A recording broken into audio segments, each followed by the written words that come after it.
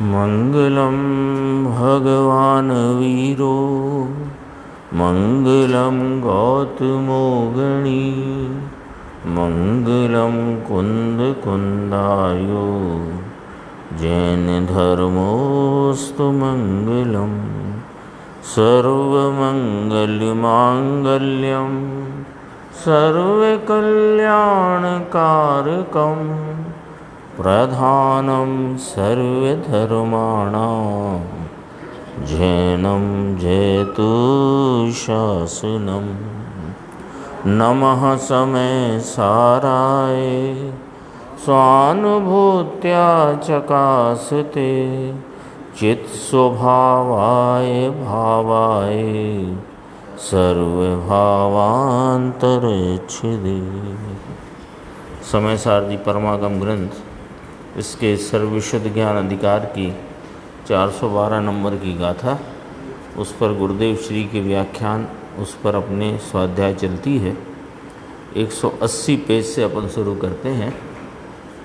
अभी बीच में ये जो प्रवचन जिस पे अपन आज चर्चा प्रारंभ करते हैं, ये 1 महीने बाद हुआ। 1 महीने बीच में नियम सार की स्वाध्याय चली और 1 महीने का अंतर है इसमें।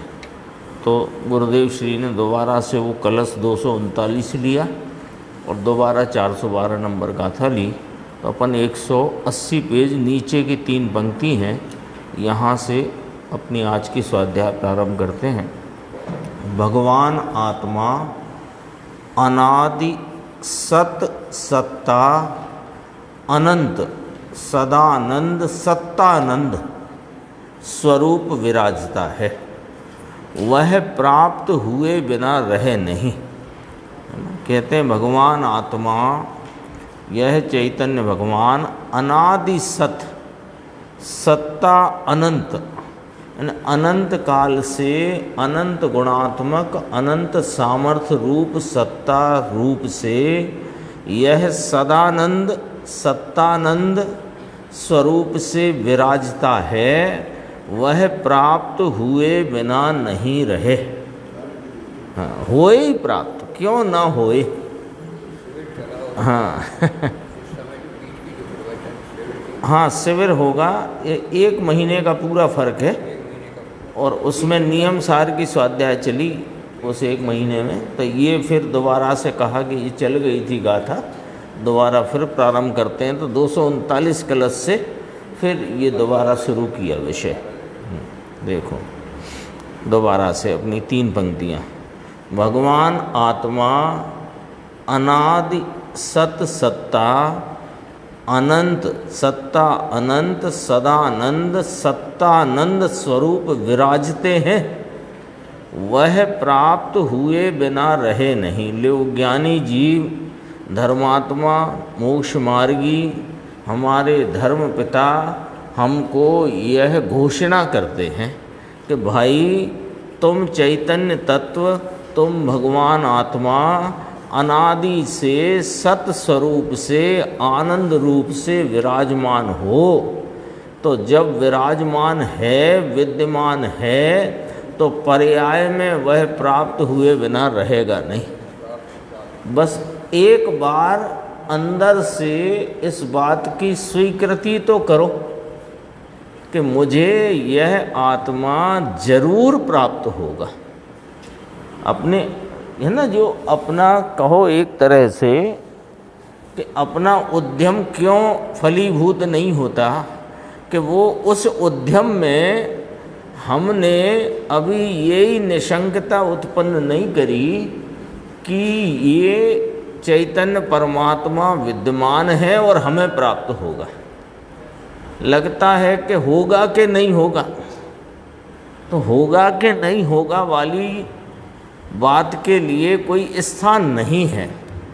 जब कहते हैं कि है तो प्राप्त होगा, फिर क्यों नहीं होता वो अगली पंक्ति में कहते हैं कि पर्याय बुद्धि में राग में तुम रुके हुए हो, इसलिए नहीं होता। यानी वह उपयोग स्वरूप चैतन्य आनंद स्वरूप ज्ञाता दृष्टा चिदानंद सत्तानंद, सत्ता शब्द लिया, सत्तानंद, आनंद रूप है जिसकी सत्ता, ऐसी सत्ता से विद्यमान विराजमान तत्व प्रत्येक उपयोग दशा में हाजरा हुजूर रीति से विद्यमान है, लेकिन तुम्हारा लक्ष्य, तुम्हारी दिशा उपयोग की राग में रुकी हुई है।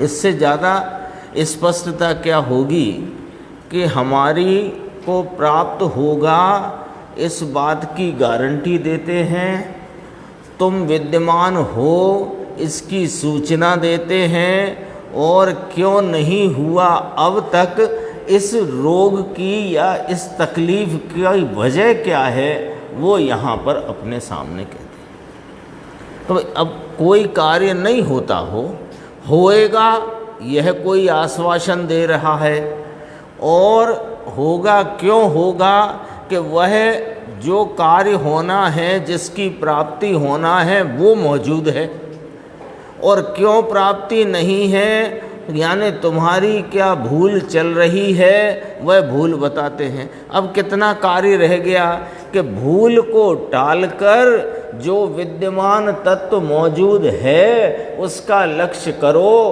पर्याय में अतीन्द्रिय आनंद के स्फुरायमान के साथ वह जरूर प्राप्त होगा। अंदर में ये जो अपना कल्याण के मार्ग में आने के लिए अपन क्यों इकट्ठे होते हैं, सब काम छोड़कर, क्योंकि हमें हमारे कल्याण स्वरूप आत्मा की प्राप्ति होकर कल्याण मार्ग में हमारा प्रवेश होए, यही तो प्रयोजन है। अनंत काल के भव दुखों से छुटकारा मिले और यह आनंद की प्राप्ति हमें हो जाए, इसके लिए हैं। तो अब उसका ही उद्यम है अपना, उसका ही प्रयत्न है। तो वो प्रयत्न सफल क्यों नहीं होता कि पर्याय बुद्धि में, यानी अनादि से एक समय की पर्याय में जो बदलावट वाला भाव है, उस बदलावट वाले भाव में रागादि का जो मलिन कलुषित वेदन है, उस वेदन को वेदने में अटके हो और वह मेरा स्वरूप है ऐसा मान करके प्रतीति का मिथ्या भाव, प्रतीति की विपरीतता चल रही है। और वह हाजरा हुजूर निरंतर वर्तमान विद्यमान तत्व, जिसकी यहाँ सत्ता की मौजूदगी तीर्थंकर परमात्मा से लेकर ज्ञानी धर्मात्मा तक कह रहे हैं कि वह तुम्हारे हर परिणाम प्रवाह में वह अपने ध्रुव रूपता से विद्यमान है। देखो, पर्याय बुद्धि में राग में तुम रुके हुए, अटके हुए है ना, अटके हो माने रुके हुए हो। जो क्षणिक पलटता है उसमें तुमने अनंत काल निकाल दिया। क्षणिक पलटते हुए भाव में, बदलते हुए भाव में जो रागादि का वेदन रूप कलुषित वेदन है, आकुलता रूप दुख का वेदन है, उस वेदन को ही वेद कर यह मैं हूँ ऐसी विपरीत मान्यता में अनंत काल निकाला है और उसकी स्वभाव सत्ता में नास्ती है और स्वरूप सत्ता की हर पर्याय प्रवाह में अस्ति है। सत्ता आनंद, आनंद रूप सत्ता है जिसकी, दुख रूप सत्ता नहीं। और तुम अनंत काल से क्षणिक पर्याय बुद्धि में जो पलटता भाव है, उस पलटते भाव के में वेदते हुए, दुख को वेदते हुए ही यही मेरा स्वरूप है। वो दुख का वेदन है ना, वहाँ जो थोड़ा दुख कम हुआ तो लगता है कि वो हो, और थोड़ा दुख बढ़ा तो आहा हा, यानी ये बस वहीं पड़ा हुआ है। आगे देखो, जो चीज कायम रहती नहीं, कायम रहती चीज भगवान आत्मा, है ना। एक ही उपयोग की दशा में कायम रहती चीज भी अपने स्वरूप के साथ विद्यमान है, और उसी पर्याय की दिशा बाहर होने से वहाँ पर नहीं कायम रहने वाला पर्याय भाव, रागादि के वेदन का क्षणिक भाव, उसका भी वेदन है। तो लक्ष्य किसका है अनादि से, कि अनादि से उस पर्याय में वर्तते राग के वेदन में तुम रुके हुए हो। एकदम कहो तो एकदम सटीक और बिल्कुल अंतर के ऑपरेशन की बात है यहाँ। अब इसको विचार दशा में लेना पड़ेगा। सामने तो अपने आ गया, लेकिन इसको विचार श्रेणी में लेकर कि भाई है क्या, हो क्या रहा है, हम कहाँ रुके हैं। ज्ञानी जन कहते हैं कि तुम एक समय की अवस्था में होते हुए विकार रूप वेदन को ही अपना स्वरूप मानकर तुमने अनंत काल निकाला है। पर्याय बुद्धि शब्द आया ना, तो पर्याय में ही आप रूपता की बुद्धि, इसका नाम पर्याय बुद्धि। और पर्यायों के प्रवाह में रहा हुआ जो ध्रुव स्वरूप द्रव्य भाव, एक रूप सदृश सामान्य भाव, उसमें आप रूपता, ये द्रव्य बुद्धि। और पर्यायों के प्रवाह में पलटते भाव में आप रूपता की बुद्धि, ये पर्याय बुद्धि। कायम रहती चीज भगवान आत्मा तरफ निरंतर स्थापित करो अपने को, पर की चिंता के निरोध द्वारा। आत्मा सिवाय पर की चिंता का निरोध, निरोध माने रोकना, पर की चिंता का रोकना। कैसे कि पर तरफ जो लक्ष्य जाता है वही पर की चिंता है। ये आत्मा तो उपयोग स्वरूप ही है, और प्रति समय उपयोग भाव जानने देखने के भाव से परिणमित है। मूल तो ये है ना, मूल तो यहाँ से चलेगी ना बात। उपयोग स्वरूप है कि नहीं, तो उपयोग स्वरूप आत्मा का प्रत्येक समय में जानन देखन रूप व्यापार उपयोग का प्रति समय परिणमित है। उस उपयोग की दिशा पर की तरफ है, यही पर की चिंता है। तो पर तरफ की दिशा को छोड़कर, तो पर की चिंता का निरोध, निरोध नाम रोकना, उस तरफ रोकना और इस तरफ जोड़ना।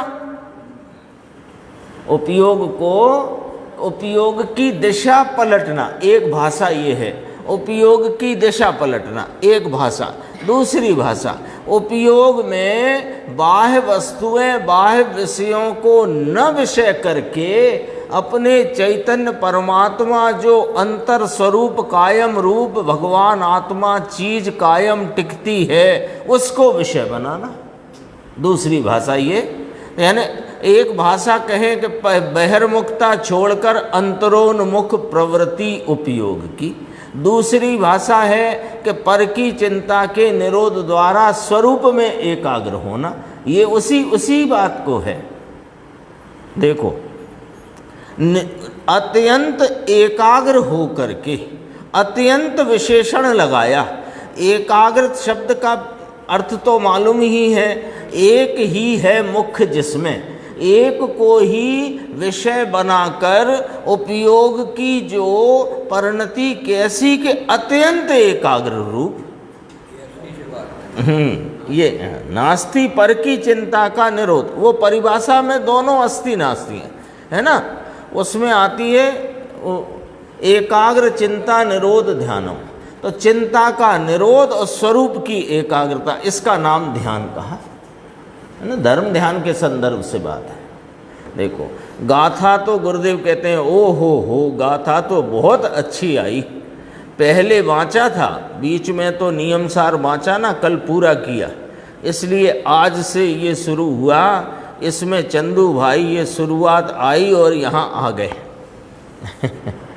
आगे देखना। देखो, अब जो नीचे विषय है, ये विषय थोड़ा प्रश्नोत्तर वाला है, और इसमें अपने को ये पता लगेगा, जो अपन ने जब ये विषय शुरू किया था तो चर्चा की थी कि इस गाथा की शैली क्या है। है ना। इसमें बार बार एक शब्द आया, दर्शन ज्ञान चारित्र रूपी जो मोक्ष मार्ग कहा ना, तो मोक्ष मार्ग को ही दर्शन ज्ञान चारित्र की परिणति कहा। तो दर्शन ज्ञान चारित्र को ही ध्याओ, दर्शन ज्ञान चारित्र में ही अपने को स्थापित करो, दर्शन ज्ञान चारित्र को ही चेतो अनुभव करो, दर्शन ज्ञान चारित्र में ही विहार करो। ये आया ना। तो वो अपने को, भाई विहार तो हमें चैतन्य परमात्मा एक रूपता में करें तब तो दर्शन ज्ञान चारित्र की परिणति होगी। कि बात वही कहते हैं, पर शैली क्या ली कि अनादि से तुम राग रूप भावों में एकाग्र थे, तो उधर से पलटकर परिणति जो राग रूपी मलिन थी उसकी बजाय निर्मल परिणति में परिणमित हो, ये शैली ली है। अब यहाँ चर्चा करते हैं बीच में इसी पेज पर 10 लाइन छोड़ के। यहाँ यह कहा कि एकाग्र होकर के दर्शन ज्ञान चारित्र को ही देखो, इसको ही, दूसरा कोई विकल्प और चिंता को नहीं, है ना। विकल्प और चिंता यानी पर तरफ का कोई भी किंचित आलम्बन नहीं, ये मतलब हुआ इसका। तो दर्शन ज्ञान चारित्र कोई ध्याओ, इसका ध्यान लगाओ। तो साहिब दर्शन ज्ञान चारित्र परिणाम का ध्यान लगाने की कहते हो आप? उसका खुलासा मुमुक्षु ने प्रश्न किया कि साहिब पर्याय के ध्यान से तो विकल्प आएगा, तो ये क्या कहना चाहते हो आप? तो कहा पर्याय का ध्यान लगाओ का अर्थ है कि पर्याय का ध्यान यानी कि ध्यान जो आर्त रौद्र ध्यान था, ये पर्याय थी। अनादि 4 प्रकार के ध्यान कहे कि नहीं कहे, ओ आर्त रौद्र धर्म ध्यान शुक्ल ध्यान 4 ध्यान कहे। तो अब इनके 2 टुकड़े कर दो, दो वर्गीकरण 2 का कर दो। एक बहिर्मुखता वाला, एक अंतरोन्मुखता वाला। एक बहिर्मुखता वाले कौन से? आर्त ध्यान रौद्र ध्यान। और स्वरूप सन्मुखता अंतरोन्मुख जो परिणमन है वह धर्म ध्यान और शुक्ल ध्यान। ठीक है। तो अभी तक क्या था? आर्त ध्यान रौद्र ध्यान था, ये पर्याय थी। वो पर्याय थी तो थी, वो गई। अब कौन सी आई कि धर्म ध्यान की पर्याय आई, शुक्ल ध्यान की पर्याय आई। तो कहते हैं ये धर्म ध्यान और शुक्ल ध्यान भी पर्याय है, वस्तु तो त्रिकाल एक रूप है। तो यहाँ उपदेश रूप 412 गाथा में कहते हैं, यानी इस 2 पंक्ति पे से अर्थ निकल के आता है कि जो अनादि से आर्त रौद्र ध्यान परिणमन था उसको छोड़ो और धर्म ध्यान शुक्ल ध्यान रूप परिणम जाओ। ये इसका नाम दर्शन ज्ञान चारित्र को ही ध्याओ, उसी में अपने को स्थापित करो, उसको ही चेतो अनुभव करो, उसका ही, उसमें ही नित्य विहार कर। ये आया ना। हाँ, अब संसार से विपरीत दिशा। हाँ हाँ, शैली ये है, यहाँ गाथा की शैली है। फिर पूछा मुमुक्षु ने, साहिब पर्याय का ध्यान करती है? कि हाँ, सुनो जरा यहाँ क्या कहना है। यहाँ ऐसा कहते हैं कि राग का ध्यान छोड़कर इसका ध्यान कर। राग का ध्यान छोड़कर राग विषय नहीं है, समझना जरा। जिस विषय में राग उत्पन्न होता है उस विषय को छोड़, और जिस विषय में दर्शन ज्ञान चारित्र उत्पन्न होता है उस विषय को पकड़। ये कहना है, राग का ध्यान छोड़कर आनु ध्यान कर, ऐसा यहाँ कहना है। बहिर्मुखता छोड़कर अंतरोन्मुखता कर। समझाए छे कहीं, क्योंकि उपदेश तो पर्याय को ही दिया जाएगा ना। देखो बिगाड़ कहाँ है? अनादि से पर्याय में। उपदेश देंगे पर्याय को, सुधरना किसको है? पर्याय को। सुधार रूप जो परिणमन है वो पर्याय है, और उस सुधार रूप परिणमन का फल है सो वो भी पर्याय है।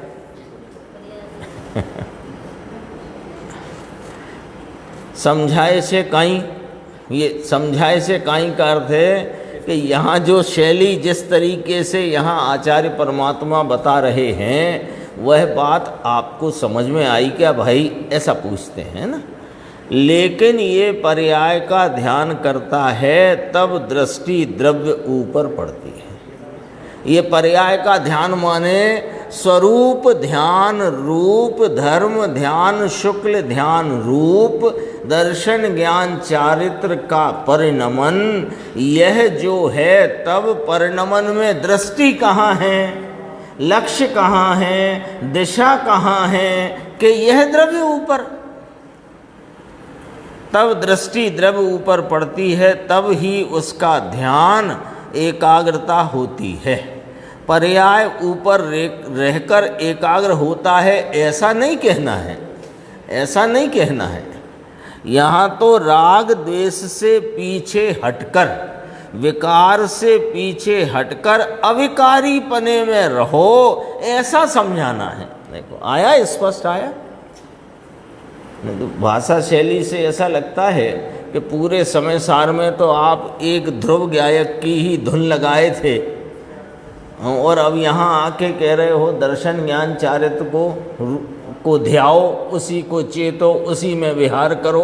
और नियम सार तो कहते हैं कि ये 4 प्रकार के जो भाव हैं औदैक तो छोड़ो, औपसमिक छायोपसमिक छायक भाव भी आलम्बन भूत नहीं है, ऐसा नियम सार जी में उपदेश आया है। विभाव कहा, परद्रव्य कहा, तो आप क्या परद्रव्य में का लक्ष्य कराते हो कि नहीं नहीं तुम बात नहीं समझे, स्वयं द्रव्य के लक्ष्य में ही यह भाव उत्पन्न होते हैं, इसलिए स्वयं द्रव्य का ही लक्ष्य कराने का कहते हैं और इन परिणामों में परिणमन करो ये कहते हैं, ये कहते हैं। देखो विकार थी पाछावली, अविकारी माँ रहे, एम समझाबू छे अविकारी पर्याय, दर्शन ज्ञान चारित्र की अविकारी पर्याय।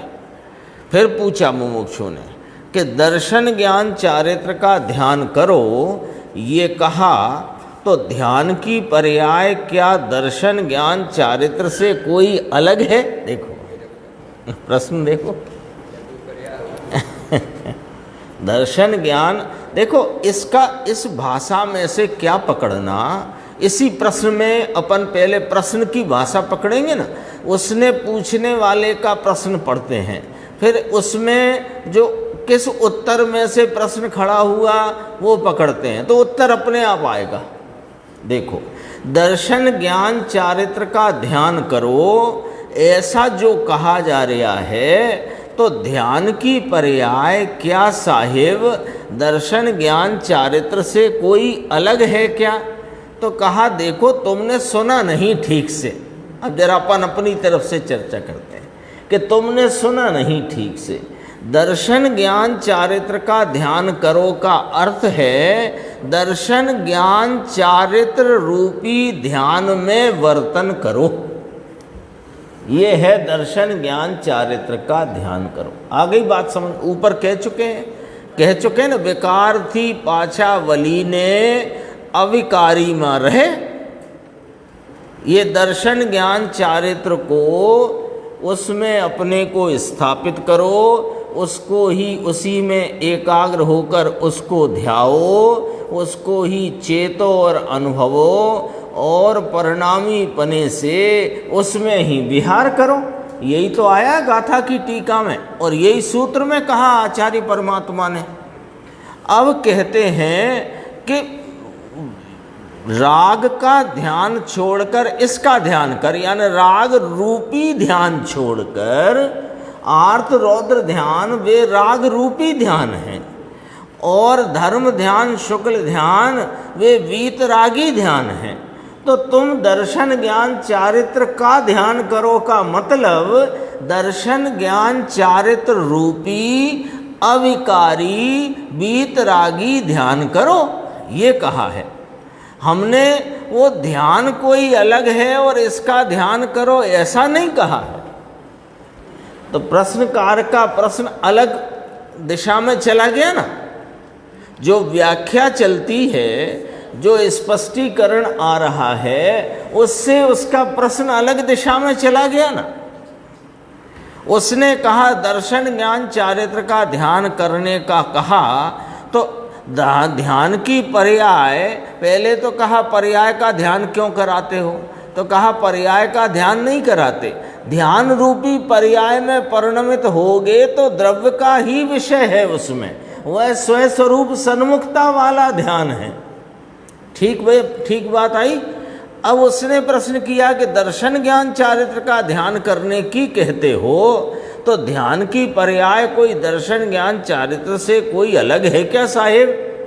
तो कहा, अब गुरुदेव ने इसका जवाब अपने स्तर से, अपने हिसाब से दिया कि तीन पर्याय हैं। तीनों पर्याय कौन? दर्शन ज्ञान चारित्र, ये 3 पर्याय गिनी, एक नहीं 3 पर्याय हैं। फिर स्पष्टीकरण किया, द्रव्य तरीके 1 है और पर्याय तरीके 3 हैं। हाँ, द्रव्य का अपना एक समय का एक परिणमन है, उस परिणमन में दर्शन ज्ञान चारित्र की मुख्यता से वहाँ सम्यक दर्शन, सम्यक ज्ञान, सम्यक चारित्र रूप परिणमन है। तो ये 3 तरफ से कहो तो पर्याय 3 हुई, ये कहा। पर्याय फिर गुरुदेव कहते हैं भैया वस्तु का स्वरूप समझो, हैं यहाँ समझाते हैं एक पंक्ति में कि पर्याय तरीके तो अनंत पर्याय बाह्य है ना, और द्रव्य तरीके एक पर्याय बाह्य है, समझना। द्रव्य तरीके एक पर्याय बाह्य है माने कि वह द्रव्य से जुदा है, द्रव्य अंतर है, पर्याय बाहर है। द्रव्य अव्यक्त है, पर्याय व्यक्त है। गाथा 49 समय सारदी परमागम अव्यक्त के बोल आते हैं, पर्याय व्यक्त है और यह ध्रुव आत्मा अव्यक्त है। तो वो व्यक्तता को बाह्य कहना और अव्यक्त को अंदर कहना, ठीक है। तो द्रव्य की एक समय की अवस्था है, वो बाह्य स्वरूप है, यानी व्यक्त भाव है, वो उसका अंतर स्वरूप कायम भाव नहीं है। द्रव्य है वह अंतरंग में एक रूपता, कायम रूपता, ध्रुव रूपता वाला भाव है, और पर्याय है वो बाह्य भाव है। समझ गए ना? अब पर्याय को बाह्य कहा तो पर्याय को पर्याय तरीके देखो तो अनंती पर्याय बाह्य है। क्यों? कि पर्याय भेद है, और उस पर्याय में पढ़ते हुए व्यक्तता के भेदों को देखोगे तो बाह्य नाम व्यक्त भाव में अनंत प्रकार के भेद हैं, तो वे अनंत पर्याय कहलाई। तो एक द्रव्य की एक समय में अनंत पर्याय बाह्य है, और द्रव्य तरीके वह एक पर्याय है, वो बाह्य है, और द्रव्य स्वयं अंतर स्वरूप है। प्रत्येक द्रव्य की अनंत पर्यायें बाह्य हैं। इतना फिर निगोद का लिया, निगोद का बताया कि वो निगोद में जीव है, इतनी सूक्ष्म अवगाहना है, तो वो भी अनंती पर्याय उसकी प्रकट है। अपन आगे बढ़ते हैं, 182 पेज पर ऊपर की 6-7 लाइन छोड़कर देखो। दर्शन ज्ञान चारित्र को ही लिया, इसका ध्यान यानी दृष्टि द्रव्य ऊपर रही है ना, द्रव्य ऊपर दृष्टि रही तब दर्शन ज्ञान चारित्र उत्पन्न हुआ ना। ये शैली में आप उसमें इस शैली के कारण ऐसी गफलत में न आ जाना कि यहाँ पर्याय का आश्रय कराया है, पर्याय को ध्याने की, पर्याय को अनुभवने की बात कही गई है, पर्याय में विहार करने की बात कही गई है। यहाँ पर्याय, उस पर्याय रूपता में विहार करो, उस पर्याय रूपता से इस चैतन्य को ध्याओ, उस पर्याय रूपता से अपने को अपने चैतन्य स्वरूप में स्थापित करो, इसमें ही एकाग्र हो जाओ, इसमें ही विहार करो। कहना तो ये है। हाँ, तो निर्मल पर्याय को उस निर्मल अभी तक अनादि से तुम्हारी पर्याय में मलिनता थी, तो पर्याय की बात पर्याय पर से खड़ी करी कि वो तुम विभाव रूप, विकार रूप, दुख रूप, क्षणिक अवस्था में एकत्व रूप जो तुम विकारी भावों में वर्तते थे, वो छोड़कर निर्विकारिता में वर्तन करो, अविकारता में वर्तन करो, ये कहते हैं। तो इसके लिए यहाँ स्पष्ट करते हैं कि भैया दर्शन ज्ञान चारित्र को ही तो ही लिया, इसका मतलब क्या है कि इसका ध्यान, दर्शन ज्ञान चारित्र का ही ध्यान, इसका मतलब दृष्टि द्रव्य ऊपर रही है ना, तब तो ये दर्शन ज्ञान चारित्र उत्पन्न हुआ है ना। ये द्रव्य स्वभाव अपना एक रूप कायमी ध्रुव रूप रहने वाला, अनादि अनंत काल प्रवाह में कभी नहीं बदलने वाला, कभी भी सदृशता को प्राप्त नहीं होने वाला, ऐसा जो अपना चैतन्य परमात्मा है, उसका आलम्बन लेने से ही तो ये दर्शन ज्ञान चारित्र प्रकट हुआ है। ऐसा उपदेश अब इसमें क्या करना।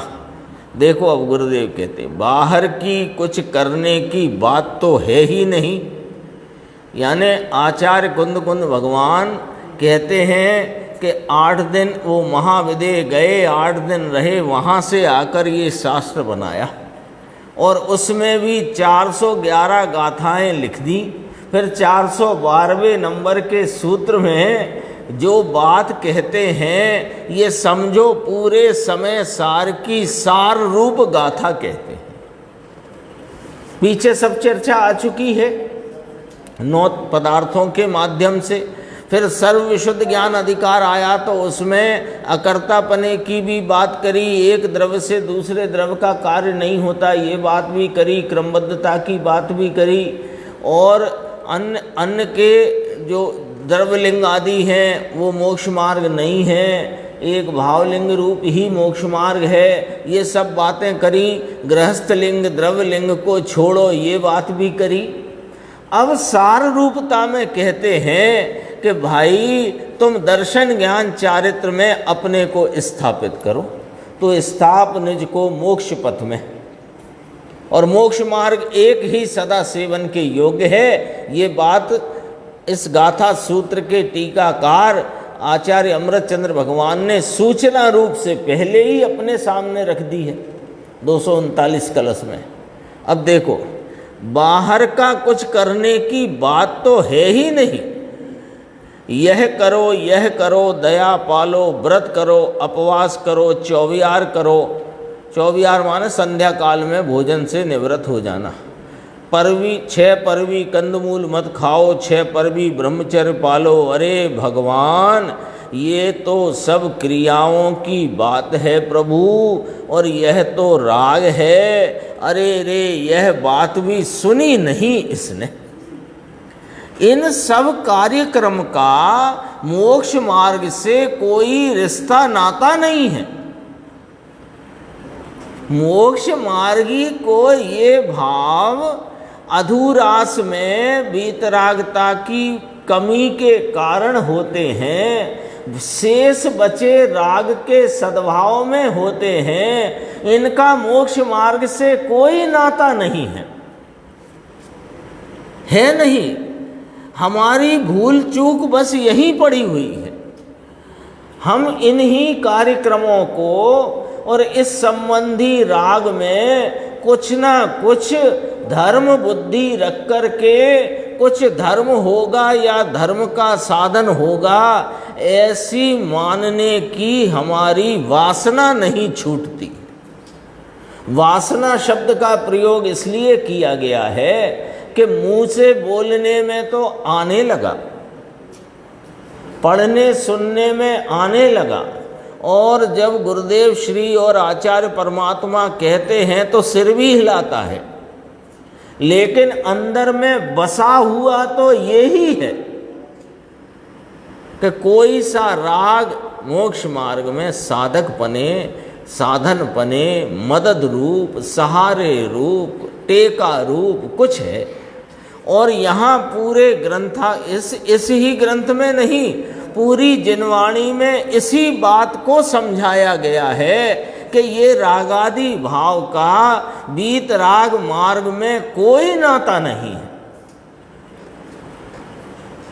अपन ने कल चर्चा करी थी कि ये पूरे वीतरागी सिस्टम में राग आया कहाँ से। यह चैतन्य परमात्मा जिसको अभी सत्तानंद कहा, ये सत्तानंद वीतराग रूप है। इसके आलम्बन से जो मोक्ष मार्ग प्रवर्तित होता है, प्रकट होता है, वह वीतराग रूप है। और उसके फल रूप जो साध्य अवस्था प्राप्त होती है वह परिपूर्ण वीतराग रूप है। इसमें इस पूरे सिस्टम में राग को कहाँ डालना चाहते हो आप? कि होता है तो होता है, इसका इनकार तो कब किया? पर मोक्ष मार्ग में होता होने से वह मोक्ष मार्ग है, ये क्यों आ गई आपके बात? अथवा इससे मोक्ष मार्ग है, ये बात कहां से आ गई? इतनी साफ सुथरी बात है भैया। ये तो अपने अनादिकाल का अग्रहित मिथ्यात्व कहते हैं ना, अग्रहित मिथ्यात्व का सीधा लक्षण है कि राग में एकत्व बुद्धि, सीधा लक्षण। और राग में एकत्व बुद्धि तो जैसे क्या करना पड़ेगा कि ब्रेन वॉश करना पड़ेगा। ब्रेन वॉश माने अभी विकल्प, ये तो अंग्रेजी शब्द है और लौकिक रूप से प्रयोग होता है। अपन यदि यहाँ की भाषा में कहें तो विकल्पात्मक ज्ञान में इस बात का दृढ़ निश्चय करना पड़ेगा कि जगत का कोई प्रकार का राग, अरे तत्व विचार का राग भी मेरे को तो बाधक रूप है। इतना अंतरंग में अभी विकल्पात्मक निर्णय में इतनी दृढ़ता चाहिए। अभी बाद में प्रयोग वियोग सब बाद में होएगा। वो उपयोग पलट करके स्वरूप का आलम्बन लेगा और उस उपयोग में अतीन्द्रिय आनंद का वेदन और अनंत गुणों की निर्मलता का वेदन आएगा, जरूर आएगा। लेकिन पहले विकल्पात्मक ज्ञान में इस बात को निर्धारित तो करो कि राग का एक अंश भी सदैव बाधक रूप ही है, साधक नहीं। कहा यहां देखो, यहां परमात्मा ऐसा कहते हैं कि ये चारित्र का ही ध्यान कर। उसमें तीनों समा गए ना, दर्शन ज्ञान चारित्र है, तो ये तो है पर्याय।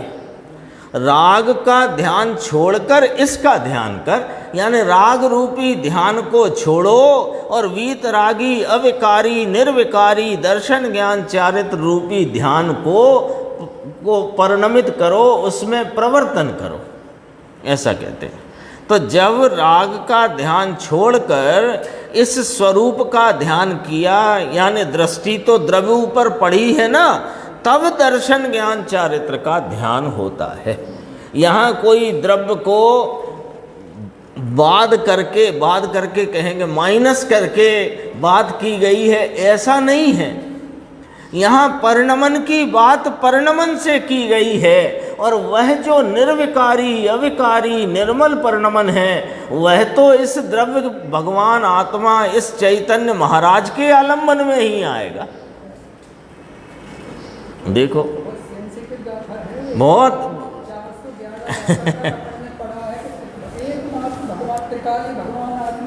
हाँ, समझे नहीं तो धोखा खाएंगे। हाँ, वो पकड़ना जरूरी है। हाँ, तो पर लक्ष्य में राग है, स्वयं लक्ष्य में वीतराग है। ये बात समझाने के बाद अब कहते हैं कि अनादि से तुम राग में प्रवर्तित रहे, अब दर्शन ज्ञान चारित्र में प्रवर्तित हो जाओ। हाँ, सब नियम सार की गाथाएं जो अभी अपन याद कर रहे थे कि चार भाव, विकारी भाव कहे, विभाव भाव कहे, विभाव भाव कहे, और उनको परद्रव्य कहा, आलम्बन भूत नहीं है, और यहाँ इन्हीं का आलम्बन लेने की कह रहे हो भाई। इसीलिए कहते हैं प्रकट करने की उद्देश्य बात है। अब तुम्हारी पर्याय में प्रकट हो गया तो उसको निरंतर उसी में रहो ना। इसमें समझने की है, और इसीलिए ये बात तो गुरुदेव ने अपने सामने कर दी, बार बार कर रहे हैं। प्रश्नकार भी उसी प्रकार के प्रश्न पूछते हैं जिससे अपने स्पष्टीकरण और विशेष हो रहा है। इसीलिए कहते हैं कि एक सूत्र का अर्थ भी, एक टीका, एक श्लोक का अर्थ भी गुरुदेव के बिना किया जाना, अपने समझ में आ पाना असंभव कार्य है ना। क्योंकि ये पंडिताई का धंधा है नहीं, पंडिताई से कुछ है नहीं। पंडिताई में क्या होगा कि व्याकरण का विश्लेषण तो होगा, भाव का अंतरंग जो अभिप्राय तात्पर्य है वो खींचने वाला तो ज्ञानी ही, खग ही जाने खग की भाषा। ऐसी है बात। देखो हाँ, या तो परिणमित हो जाओ।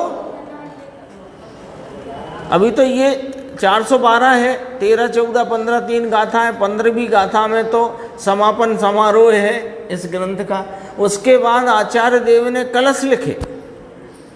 अभी अपना 239 कलश हुआ, 278 कलश हैं।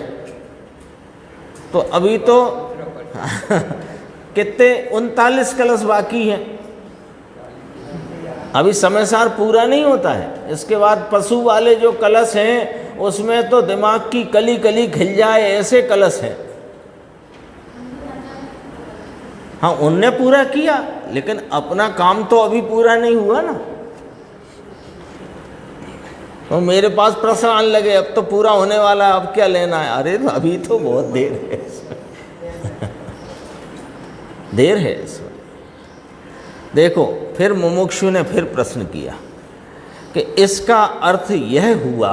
देखो, मुमुक्षु ने अब बात को पकड़ा, और पकड़ करके जो गुरुदेव कहना चाहते हैं उस बात को अपने मुख से श्रोता ने फरमाया। देखो, इसका अर्थ यह हुआ कि दर्शन ज्ञान चारित्र के विषयभूत आत्मा का ध्यान करो। आ गया ना, वो पॉइंट आ गया, श्रोता के मुख से आ गया, सुनते सुनते स्पष्टीकरण हुआ। तो गुरुदेव ने कहा विषय तो वहाँ है, ये बात तुम्हारी सही है, पर यहाँ क्या शैली ली है कि ये राग में लीन था, ये छोड़कर यहाँ लीन हो जा। ये इसका अर्थ हुआ कि वहाँ तो दर्शन ज्ञान चारित्र में स्थापित हो जा, करो अपने आत्मा को, उसको ध्याओ, उसको चेतो, उसमें ही विहार करो। इसका अर्थ है कि आगे देखना, अपना आ गया 183 पेज नीचे। अनेरी अनेरी, देखो, समस्त यानी भगवान के स्मरण का राग, यह भी कर्म चेतना है। कर्म यानी कि राग, कार्य कर्म यानी कार्य, ये पर्याय कार्य है। राग रूपी पर्याय यह कार्य चेतना, कर्म चेतना है। दया दान का परिणाम ये राग रूप परिणाम कर्म चेतना है। हिंसा झूठ चोरी विषय भोग वासना ये भी कर्म चेतना, पाप रूपी कर्म चेतना है। कर्म शब्द से जड़ कर्म नहीं लेना। कर्म चेतना, कर्म फल चेतना शब्द आता है ना, तो उसका अर्थ ये नहीं है द्रव्य कर्म के से कराया हुआ जो रागादि भाव है कि ना, द्रव्य कर्म से नहीं होता रागादि भाव। रागादि भाव रूप अपने को चेतता है ये कर्म चेतना, और उस समय उत्पन्न हर्ष शोक सुख दुख का जो परिणाम उस रूप अपने को चेते ये कर्म फल चेतना। और इस रूप चेतना अपने को इस रूप चेतना छोड़कर अपने को ज्ञान रूप चेते ये ज्ञान चेतना। चेतना तो चेतना तो बंद होता नहीं, लेकिन अनादि से ये अपने को राग रूप चेतता है और सुख दुख रूप चेतता है, कर्म फल चेतना। उस राग का फल क्या है?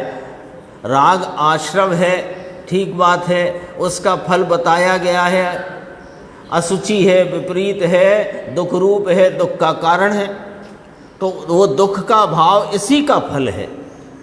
तो उस रूप अपने को चेतना छोड़कर अपने को ज्ञान रूप चेते, ये ज्ञान चेतना है। तो यहाँ देखो कहते हैं दया दान का परिणाम ये हो गया। कर्म शब्द से जड़ कर्म नहीं, कर्म शब्द से कार्य लेना। ये पुण्य पाप का पर्याय में जो कार्य है वह कर्म चेतना है, और सुख दुख रूपी जो वेदन है वो कर्म फल चेतना है। 186 पे चलते हैं अपन। अगला प्रवचन आ गया, इसमें भी एक गंभीर बात अगले प्रवचन में आई है। देखो ऊपर की 7 लाइन छोड़ना। यह तो शांति का मार्ग है प्रभु, यह कोई हो हा का मार्ग नहीं है। बहुत शांति का मार्ग है। शांति स्वरूप चैतन्य परमात्मा के आलम्बन में प्रगट शांति को भोगने का और उस शांति रूपता में प्रवर्तित होते हुए परम शांति की प्राप्ति का मार्ग है। हो हा का मार्ग नहीं है ये। बहुत सीधी सच्ची बात कही। बड़ी वार्ता और कथा होए ऐसा मार्ग नहीं है ये। बड़ी बड़ी बातें हों, बड़ी बड़ी कथाएं हों, बड़े बड़े वर्णन हों, स्वर्गों के वर्णन, नरकों के वर्णन, मध्यलोक का वर्णन, फिर अकृत्रिम जिन चैत्यालयों का वर्णन, जान लो। सामने विषय आए तो जानकारी हो गई, ठीक है, उसमें बहुत ज़्यादा चित्त नहीं रमाना, ये कहना है। क्यों कि ये हो हा का काम नहीं है, बल्कि ये तो जो उपयोग है उसको सिमटा करके एकदम जो अंतरंग ऑपरेशन है, कौन सा कि एक एक समय वर्तती उपयोग की अवस्था, उसमें विराजमान अपना चैतन्य त्रिलोकीनाथ और उसमें वेदन में आता राग का भाव, इधर सिमटा के लाओ उपयोग को, यहाँ लाओ उपयोग को कि एक एक समय की अवस्था में क्या हो रहा है। ये है ना, उपयोगो जीवो लक्षणम। जीव कहाँ है कि उपयोग में जीव है। तो उपयोग में क्या है अभी कि उपयोग में यह चैतन्य महाराजा त्रिलोकीनाथ अपने संपूर्ण वैभव से विराजमान है, और वहीं पर उसी उपयोग में राग आदि का कलुषित वेदन है। तो अनादि से यह उपयोग में चैतन्य परमात्मा विद्यमान होने पर भी लक्ष्य में क्यों ना आया कि तुमने लक्ष्य किया नहीं। यहाँ लाओ सारा मामला सिमटा करके।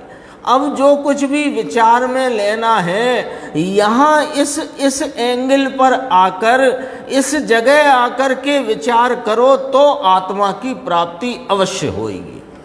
जो अभी अपन ने आज स्वाध्याय शुरू करी, यहीं से करी थी। देखो क्या कहते हैं। प्रभु वीतराग सर्वज्ञ परमेश्वर अनंत अनंत हो गए। अनेक तीर्थंकर वर्तमान में विचरते हैं महाविदय में, भविष्य में अनंत होंगे।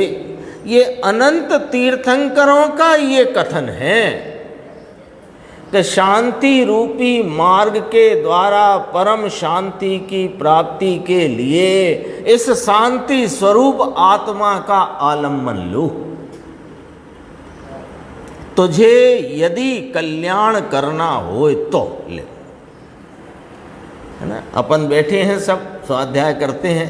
अब यहाँ पर कहा प्रभु तारे जो कल्याण करबू होए तो, है ना भैया, जिनको ये काम करना हो वो रुको, बाकी बाहर जाओ, ऐसे कहते हैं ना। यहाँ यही कहा है, यदि तुम्हें कल्याण करना होए तो बात समझो, और नहीं करना हो तो हो हा में मस्त रहो, उसका भी फल आता है, वो भी अफल नहीं है। ऐसी भी गाथा लिखी आचार्य कुंद भगवान ने, संसार उसका फल है। देखो, कोई व्यवहार से, किसी व्यवहार से अंदर कुछ हो जाता है या होता है, यह बिल्कुल नहीं। अभी अपन बात करते थे अंतरंग में स्वरूप की यदि प्राप्ति करना है तो अभी विकल्पात्मक ज्ञान में इस बात का निश्चय दृढ़ता से करो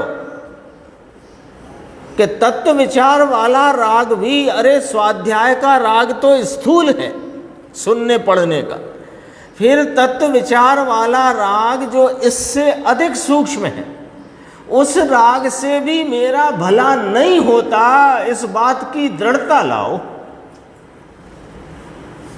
तो फिर भक्ति के राग से कुछ होएगा वो तो बात दूर रह गई। देखो और सुनो, अभी तो बहुत गंभीर बात कही है यहाँ।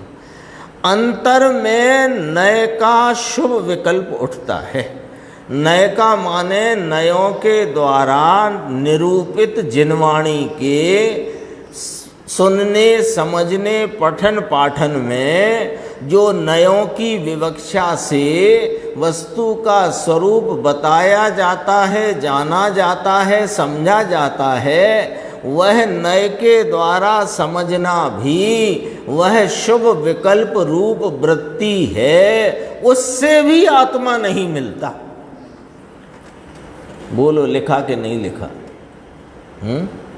और अपन प्रमाण वचन गुरुदेव रोज बोलते या सुनते हैं कि नहीं?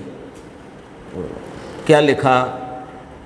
अंतर में नय का शुभ विकल्प उठता है। अरे निश्चय और व्यवहार नय के बहुत भेद हैं, उसमें नय का विकल्प राग उठता है, वह भी कर्म चेतना है। ये क्या कहा है?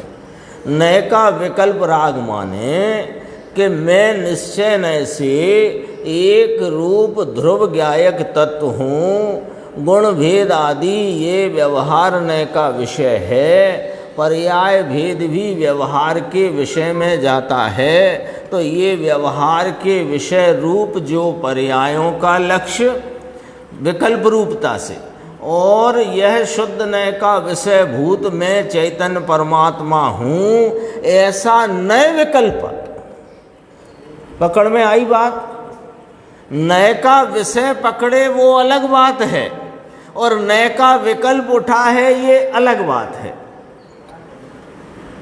मैं भूतार्थ सत साहिब शुद्ध नय का विषय भूत हूँ, ये शुद्ध नय का विकल्प है, और इस विकल्प को छोड़कर भूतार्थ सत साहिब की शरण में जो पर्याय गई, ये शुद्ध नय का परिणमन है, निर्विकल्प। तो जो शुद्ध नय के नय और प्रमाण की बात चलती है ना, एक दिन चर्चा करी थी अपन ने। प्रमाण दो प्रकार, विकल्पात्मक प्रमाण और निर्विकल्प प्रमाण। नय भी दो प्रकार, विकल्पात्मक नय और निर्विकल्पात्मक नय। विकल्पात्मक नय क्या? कि शुद्ध नय के विषय को पकड़ता हुआ ज्ञान का जो बहिर्मुख भाव है, वो नय विकल्पात्मक है तो नय, लेकिन विकल्पात्मक है, और उसके विषय को जो पकड़े वह निर्विकल्प नय है। ऐसे ही है,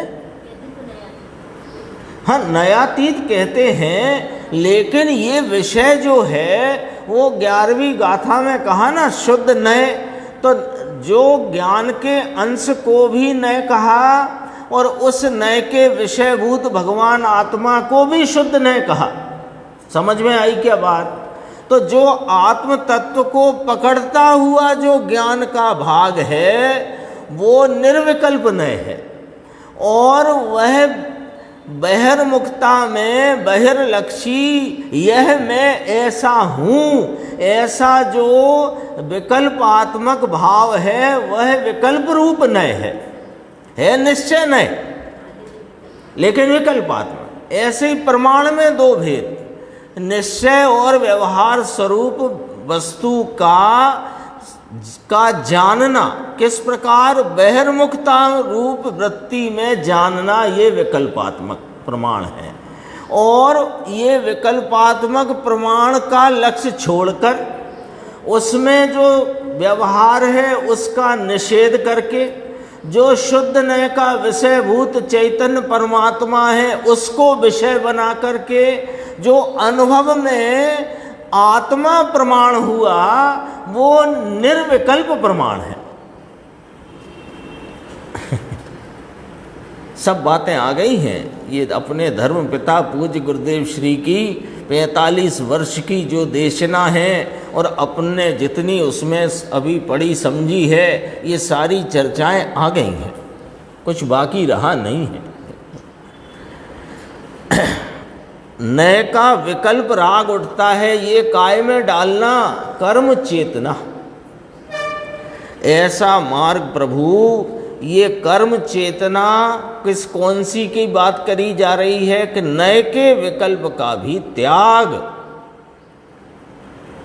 पर्याय नए, द्रव्य नए, ऐसी नए तो अनेक प्रकार हैं, लेकिन ये नए का जो विकल्प उठता है राग, इस राग को यहाँ कर्म चेतना कहा है। और इस राग का अनुभव होता है, राग का अनुभव दुख रूप, ये कर्म फल चेतना कही है। प्रभु दोनों चेतना का, कर्म चेतना कर्म फल चेतना का तेरी दृष्टि में से त्याग कर। कब करें? मोक्ष हो जाएगा तब, मोक्ष मार्ग में आएंगे तब कि ना भैया अभी करोगे तब मोक्ष मार्ग का उद्घाटन होएगा। और भी चर्चा है आगे, इसमें अपन आगे की स्वाध्याय में लेंगे। निज में बताई यह अनंत उपकार है, उसके लिए जिन वाणी माँ को वंदना शत बार है।